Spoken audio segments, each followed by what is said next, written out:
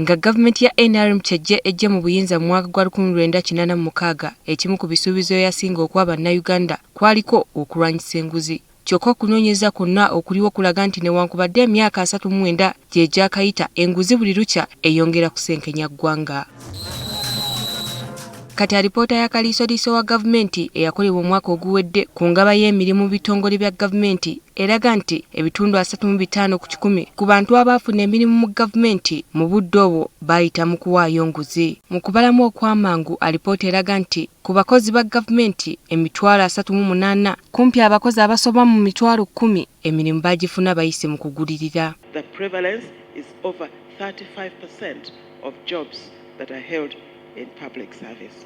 And the impact is the poor service delivery manifested in collapsing buildings, in fire outbreaks, in poor roads. Ono agamba nti okumanya abasaba enguzi eno bakambwe abafuna emirimu gino abamu batuuka n'okugwa mu mabanja nga basonda enguzi eno babuwe bafune emirimu. And somebody shows you they actually went to the bank, they went to the SACCO, they went to the what, and borrowed 30 million shillings, 40 million shillings to pay for a job.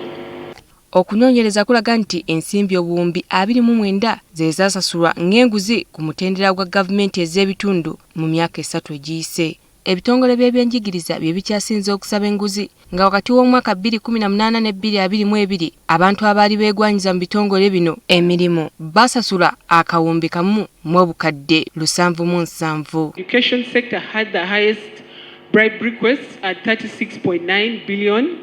The health sector had the highest payouts of 12.9 billion. And also most bribes were paid at the shortlisting stage. Alipoota era yalaze ng'ekitundu ky'ebugwanjuba kye kikyasinze okuba n'abakozi ba gavumenti abasaba enguzi okuyisaawo abalala.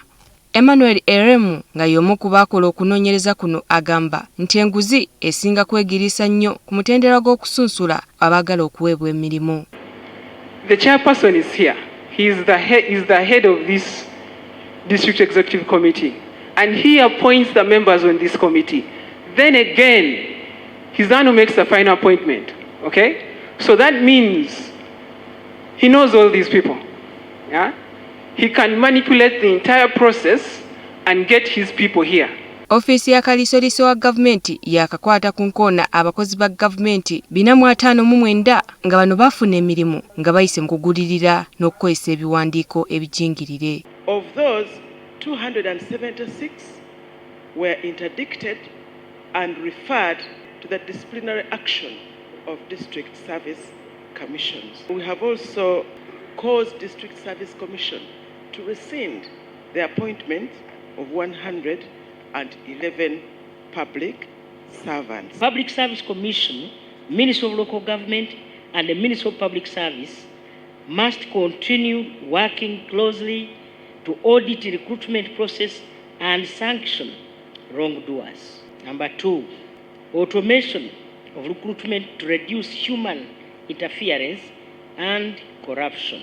Dothe Najita, NTV Akawungeezi.